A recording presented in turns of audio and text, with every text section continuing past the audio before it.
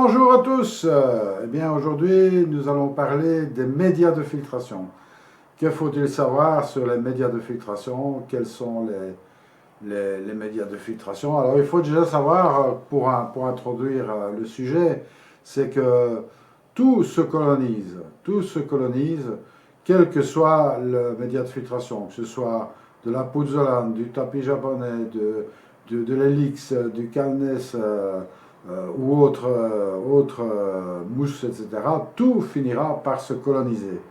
Donc la question est de savoir qu'est-ce qui va le mieux fonctionner et pourquoi, surtout, parce que bon, ça c'est important de savoir pourquoi ça se colonisera plus ou moins vite dans le temps. Et ça c'est une donnée qui est importante parce que bon, le temps est vraiment important en ce qui concerne la colonisation des médias de filtration, puisque au plus vite ça sera colonisé, au plus vite la filtration se fera, et au moins on aura de nitrite dans le bassin. Donc ça c'est vraiment quelque chose de fondamental.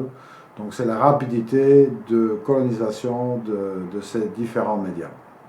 Donc on va balayer toutes les formes de médias de filtration pour voir ce qu'on trouve sur le marché. Alors, première chose à constater, c'est qu'il faut faire la distinction entre le moving bed et le static bed. Donc le moving bed, c'est tout ce qui est en mouvement dans un filtre, et le statique, c'est comme le nom l'indique, ça ne bouge pas dans le filtre. Ça, c'est une chose qui est importante à savoir. Donc ça redivise les choses en deux catégories. Ce qui ne bouge pas et ce qui bouge, donc ce qui ne bouge pas, le static bed, et le moving bed. Donc ça sont deux choses. Alors on peut considérer pour ce que je vais discuter maintenant, tout ce qui concerne les filtres multichambres, donc le volume, et ça se calcule en mètres carrés de colonisation par mètre cube de produits installés. Donc si je prends par exemple le Flocor, pour donner une idée, ça fera 120 mètres carrés par mètre cube. Si on remplit un mètre cube complètement, on n'aura que 120 mètres carrés de colonisation, de support de colonisation possible pour les bactéries. Par exemple, un matelas vert, ce sera 270 mètres cubes, 270 mètres carrés par mètre cube, donc ce sera beaucoup plus conséquent. Et si je prends l'Helix, ce sera 700 mètres carrés par mètre cube, mais là on y reviendra un petit peu plus tard. Donc voilà, important, le filtre statique et le filtre moving, donc le filtre en mouvement. Donc ça, c'est deux choses importantes. On va commencer par les matériaux du filtre statique. Donc, on va parler maintenant de ce qui est en vrac dans les cuves, parce qu'on peut considérer que dans les filtres statiques, il y a deux parties. Il y a d'abord d'une partie ce qu'on peut mettre en vrac dedans, et d'autre part ce qui est plus structuré, comme par exemple le tapis japonais. Alors, parlons de ce qui est en vrac, de ce qu'on peut mettre en vrac. Il y a la pouzzolane, le Syporax, la céramique gros trou, la céramique trou moyen et la céramique trou fin. Alors là, évidemment, on va avoir des grandes divergences de surface de colonisation.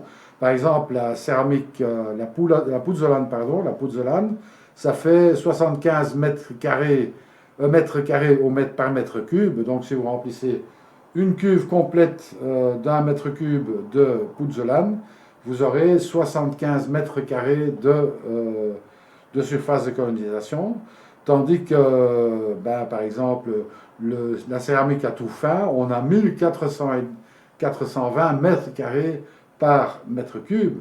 Alors vous me direz, bon, c'est quand même conséquent la différence, forcément, de 75 à 1420, ça fait une sacrée différence. Seulement, il faut relativiser les choses, parce que dans une cuve, les cuves sont généralement relativement petites, on n'a jamais un mètre cube, mais soit, en même temps qu'on remplisse un mètre cube, vous aurez toujours, parce que vous mettez tout ça en vrac dans la cuve, vous aurez toujours des chemins préférentiels. Donc vous perdez facilement 60 à 70% d'efficacité de votre filtration avec ce type de matériaux à cause des chemins préférentiels. Les chemins préférentiels, c'est quoi? C'est tout simplement par où va passer l'eau, parce que l'eau, elle est relativement fainéante, si vous voulez. Elle va toujours choisir le chemin le plus facile pour s'écouler. Donc, et forcément, quand il n'y a plus de passage d'eau ou très peu de passage d'eau, il y a très peu d'apport en oxygène, ce qui va évidemment non seulement boucher, colmater tous les trous, etc., ce qui va réduire sensiblement la surface qui est donnée de 75 mètres carrés par mètre cube, qui est déjà pas très élevée, c'est la surface la plus basse de toute la série. Mais en plus, quand ça va se colmater, ça va encore se réduire. Donc, c'est pas très très fantastique tout ça. Donc, n'oubliez pas que vous avez les chemins préférentiels de l'eau qui font la différence. Alors, ça c'est pour la partie vrac. Maintenant, voyons la partie structurée. Alors, dans la partie structurée, on a quelques petites choses comme le matelas,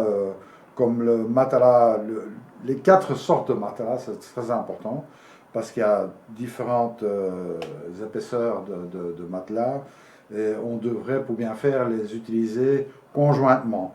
Alors, si on prend le matelas noir, qui est le moins dense, ça fait 190 mètres carrés par mètre cube. Le matelas vert, qui a une densité plus forte, fait 270 mètres carrés par mètre cube. Le matelas bleu, qui est encore plus fort, plus serré, ça fait 365 mètres carrés par mètre cube. Et le matelas gris, qui fait 460 mètres carrés par mètre cube. Donc on voit qu'il y a une progressivité de la densité des fibres de matelas. C'est un peu un genre de tapis japonais, mais dont les fibres sont différentes. Le noir, c'est des grosses fibres, et puis le gris, ben, ce sont des fibres beaucoup plus fines, etc. Alors bien sûr, on a le tapis japonais, on va pouvoir en discuter longuement sur le tapis japonais. Et puis, qu'avons-nous encore? Nous avons les mousses. Alors les mousses, ça fait 450 mètres carrés par mètre cube, ce qui est très très bon, mais qui a aussi un inconvénient, c'est que c'est vite colmaté. Donc, autrement dit, ça demande un entretien relativement fréquent. On parle d'entretien en semaine et là, forcément, ben, c'est assez fastidieux. Il ne faut jamais oublier que dans un filtre, il faut que le bassin reste quelque chose de ludique et de facile à entretenir et pas l'inverse. Si on a trop d'entretien dans un filtre, ça ne le fait pas non plus. Et puis, on a la dernière catégorie, ce sont les Helix, les Calnes. Alors, les Calnes K3, on est à 584 mètres carrés par mètre cube. Le Helix, on est à 700 mètres carrés par mètre cube. Le Calnes K1, on est à 800 mètres carrés par mètre cube. Alors, vous me direz, bon, par rapport à un tapis japonais qui est à 300 mètres carrés par mètre cube, c'est évidemment une surface de colonisation importante. Le Calnes K1, c'est Hollywood, on va dire, hein, puisque bon, ça permet d'avoir une très grande surface de colonisation, etc. Sauf qu'il y a quelques petits détails à rajouter. En effet, c'est que dans un mètre cube, vous ne mettez que 30% de Calnes pour pouvoir les maintenir en mouvement. Donc, ce qui veut dire qu'il faut déjà diviser ça par 3. Alors, si on prend 800 mètres carrés par mètre cube et qu'on les divise par 3, on arrive à moins de 300 mètres carrés par mètre cube. Ce qui veut dire que c'est déjà inférieur au tapis japonais. Non seulement ça, mais en plus, il y a un deuxième élément. C'est que vous devez mettre une grosse pompe à air pour les maintenir en mouvement. Donc, ce qui veut dire que non seulement vous avez moins de surface de colonisation, mais en plus, vous avez une consommation électrique supplémentaire, puisqu'il vous faut une grosse pompe à air pour maintenir tout ça en mouvement. Que ce soit de l'hélice ou que ce soit n'importe quel moving bed, c'est toujours le même principe. Donc, quand on regarde les choses un petit peu plus attentivement, on constate que c'est quand même différents. Donc si on prend 3 mètres carrés, 3 mètres cubes pardon, de tapis japonais, on a réellement 3 mètres cubes de tapis japonais.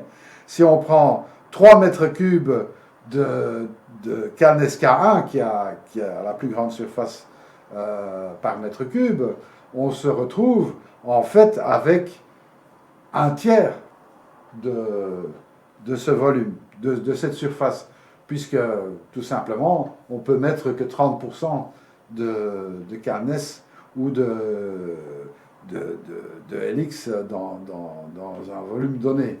Donc ça change déjà complètement la donne. Alors, en plus de ça, il y a quelque chose qui est vraiment très important, c'est le temps qu'il faut pour coloniser tout ça. Alors, le static bed, ça va relativement vite. Tout ce qui est moving bed, c'est beaucoup plus lent. Alors, pourquoi est-ce que c'est beaucoup plus lent? Ben, tout simplement parce que les bactéries ont plus difficile à les coloniser. Pourquoi? C'est facile à comprendre. Imaginez que j'ai un coin où il y a une araignée qui veut faire sa toile. Eh bien, les bactéries, c'est pareil. Imaginons qu'une bactérie veut tisser son biofilm. Hein, donc, c'est à peu près l'équivalent d'une toile d'araignée. Ben, elle va pouvoir le faire facilement, tant que le coin ne bouge pas. Si maintenant vous découpez le coin et que vous commencez à le malaxer dans tous les sens possibles et imaginables, eh bien l'araignée, elle va vous tirer la gueule parce que ça va être très compliqué pour faire sa toile. Eh bien, de la même manière, sur un Canes ou tout ce qui est en mouvement, ça va être très compliqué pour les bactéries de faire leur biofilm. Ça, c'est la raison principale qui fait que le moving bed se colonise doucement. Non seulement vous avez 30% du volume utilisé qui est utilisable par les Canes ou les Helix ou autre chose. Deuxièmement, vous avez une consommation électrique non négligeable parce que vous apportez beaucoup d'oxygène donc pour mettre ces Canes en mouvement. Et troisièmement, vous avez une colonisation relativement lente parce que tout simplement ça bouge tout le temps et que les bactéries ont difficile à faire leur toile là-dessus. Donc ça, c'est important à savoir, et je crois que ce qui fait la différence, c'est le tapis japonais, parce que le tapis japonais, on est dans une zone statique. D'autre part, vous n'êtes pas obligé de l'alimenter en air, donc d'un point de vue énergétique, ça ne consomme pas plus, ça ne consomme rien. Hein. Si vous voulez l'alimenter en air, on y reviendra plus tard, il faut le faire de manière raisonnée, pour justement avoir une colonisation rapide de ces tapis. Donc voilà, ça c'est la base de ce qu'on peut trouver. On peut trouver ça aussi entre 75 et 3500 mètres carrés par mètre cube, mais tout ce qui est dynamique, il faut diviser ça par 3, rajouter la consommation électrique et la lenteur de la colonisation. Donc finalement, ce n'est pas très intéressant. Alors que la mousse, c'est très bien, ça fait partie du filtre statique, mais ça demande un entretien conséquent, donc parce que bon, il faut pouvoir le nettoyer, parce que les trous sont déjà trop petits, donc l'eau ne passe pas facilement au travers des mailles. Donc il reste le matelas vert qui est relativement cher, où le principe c'est d'utiliser les 4 sortes de matelas pour avoir différentes colonisations. C'est très très bien le matelas vert. Alors le champion du monde, ça reste le tapis japonais, parce que le tapis japonais permet une bonne fluidité, un bon passage de l'eau au travers de ses fibres, et ne demande pas d'entretien, quasiment pas d'entretien. Surtout si vous avez un filtre à tambour, ça demande quasi aucun entretien. Et voilà, donc avec ces 300 mètres carrés, de prime abord, ça ne paraît pas très important, mais quand on commence à regarder les choses autrement, on constate que bon, tout ce qui est en vrac, ce n'est pas la solution, parce qu'il y a des chemins préférentiels, donc, et c'est déjà des surfaces par mètre cube relativement restreintes. Si on prend tout ce qui est Canes, etc., tout ce qui est en moving bed, ça a des surfaces de colonisation nettement plus importantes. De prime abord, ça paraît intéressant. Mais quand on y regarde de plus près, eh bien, vous n'avez qu'un tiers du volume qui est utilisé. Et puis, vous avez la consommation électrique pour produire de l'air en suffisance, pour maintenir le tout en activité. Et puis, dernière chose, vous avez la lenteur de la colonisation de ces dix calness. Donc, voilà. Donc, au final, le tapis japonais, croyez-moi qu'il a quand même pas mal d'avantages. Alors, je voudrais quand même signaler deux petites choses. Vous avez deux tapis japonais. Voilà. Vous avez un clair et puis un foncé. Le clair, il est beaucoup plus rigide. Regardez, il est assez rigide. Et le foncé, il est beaucoup plus souple. Alors, croyez-moi que ça fait une grosse différence. Pourquoi? Parce que celui-ci, il est fabriqué en Chine. Et pour le rendre plus rigide, on utilise un tas de produits chimiques pour pouvoir attaquer les fibres et ça le rend beaucoup plus solide. Ici, il est beaucoup plus souple. C'est un tapis qui est fabriqué en Europe. D'abord, il n'y a pas de transport. Et puis, il est beaucoup plus souple. Il n'est pas attaqué. D'ailleurs, c'est pour ça qu'on voit bien que la couleur est intacte au niveau des fibres. Ça, c'est une première chose, c'est la différence de qualité par rapport au tapis japonais. Deuxième chose, c'est comment démarrer un filtre, une cuve de tapis japonais correctement. Eh bien, les tapis japonais, il ne faut surtout pas mettre des bulleurs en service lorsque vous démarrez une filtration à un nouveau bassin, par exemple. Pourquoi? Parce que vous avez créé trop de turbulences au sein des fibres et vous obtenez à peu près le même effet que les calness qui sont en mouvement perpétuel. Donc il y a trop de mouvements et ce qui fait que ça complexifie le tissage du biofilm au sein même de ces fibres. Donc la première opération, c'est de démarrer la filtration. On ne met pas de bulleur en service et ce n'est que lorsque le filtre est bien démarré, ça au bout d'un mois ou deux, je veux dire, dans les bonnes températures, bien entendu, qu'on peut mettre alors les bulleurs en action, et ce qui va augmenter le rendement des filtres, parce qu'ils ont eu le temps de faire leur biofilm. Donc, d'autre part, il ne faut pas non plus avoir des filtres trop longs, parce que au plus le filtre il est long, au plus il y a une décroissance du taux d'oxygène dans l'eau, et cette décroissance du taux d'oxygène va aussi avoir une action sur la quantité de bactéries qu'il va y avoir. Moi, je considère qu'un filtre à cuve, donc un filtre à multichambre, ne peut jamais excéder 4 mètres de long. 4 mètres de long, aussi bien pour un filtre en gravitaire qu'un filtre pompé. Donc voilà. Donc les tout grands filtres ne sont certainement pas souhaitables. Voilà, donc tout simplement. Donc, grande règle à respecter avec le tapis japonais pour bien le démarrer, eh bien, il ne faut pas mettre d'oxygène dedans et donc attendre un mois ou 2 mois, je dirais 2 mois pour être sûr, que ce soit bien colonisé avant de lancer l'oxygène dans le tapis, ce qui reste une option. Donc, il n'est pas obligatoire de mettre de l'oxygène dans les tapis.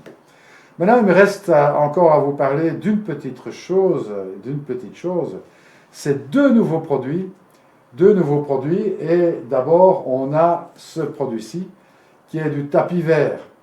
Alors, le tapis vert, c'est quoi? C'est du tapis qui est perlé. Donc, les fibres sont complètement des petites perles, et là, on parle de 2080 mètres carrés par mètre cube. Donc là, c'est évidemment complètement différent que les 300 mètres carrés par mètre cube du tapis japonais. Avec ceci comme particularité, c'est que ce sont des produits Mountain Tree. Ce tapis-là ne peut pas se mettre dans une première cuve. Il faut impérativement commencer par du tapis japonais ou bien du matelas haute densité, comme le matelas gris, etc., pour capter le plus gros des particules. Parce que dans ce Mountain Tree perlé. S'il y a des algues qui viennent se mettre dans le fond, si vous voulez, de ces filtres, c'est quasiment impossible de les avoir, de les extraire. Donc vous avez vraiment intérêt à commencer par une filtration fine et puis continuer par une filtration avec le Mountain Tree par exemple. Et alors il reste une seule petite nouveauté qui s'appelle aussi le Mountain Tree, c'est un produit, c'est ceci. Ce produit-là a une surface, tenez-vous bien, de 400 000 mètres carrés par mètre cube. Je dis bien 400 000 mètres carrés par mètre cube. C'est gigantesque. Ce sont des nanotrous qui composent ce produit. Donc c'est le produit Mountain Tree. Des nanotrous, bon, il y a beaucoup, il y a des milliards de trous dans une carotte comme celle-là. Et c'est aussi un produit qu'on va placer en dernière cuve pour éviter évidemment de les souiller avec beaucoup de crasse. Ce qui est avantageux avec ce produit, c'est qu'on peut les placer l'un à côté de l'autre. On n'a pas un produit en vrac. Donc ça, c'est important parce que, bon, surtout pour ceux qui ont des multicuves, des multichambres avec une grille dans le fond, avec un upflow, l'upflow va réoxygéner l'eau et tout ça va passer dans le Mountain Tree qui est criblé de trous, on peut le voir ici, et va pouvoir être alimenté de manière structurée. Donc on peut mettre une cuve complète de Mountain Tree pour autant qu'il soit vraiment filtré, que l'eau soit déjà bien pré-filtrée avant. Donc ça c'est la grande nouveauté de 2020 pour la filtration. Je rappelle, 400 000 mètres carrés par mètre cube. Alors pour ceux qui cherchent absolument à faire du mètre carré par mètre cube, le Mountain Tree, c'est évidemment le champion du monde. Voilà, mais à ne pas négliger le tapis japonais, qui avec ses 300 mètres carrés au mètre cube, plombe largement les calness et autres moving beds. Il n'y a aucun moving bed qui peut suivre du tapis japonais, contrairement à ce qu'on pourrait croire. Contrairement à ce qu'on pourrait croire. Et après le tapis japonais, on a le nouveau tapis perlé de chez Mountain Tree, qui lui qui est aussi le champion du monde de filtration, puisque là, on est avec une filtration de 2080 mètres carrés par mètre cube, 2080 mètres carrés par mètre cube, ce qui est forcément gigantesque, mais qu'on placera de toute façon après une cuve de tapis japonais.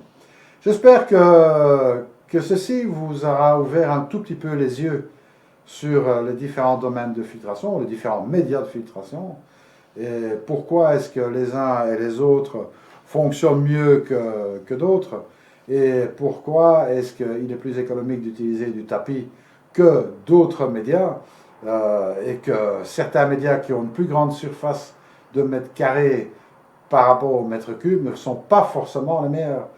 Et tout simplement, ils consomment beaucoup d'énergie et tout le reste.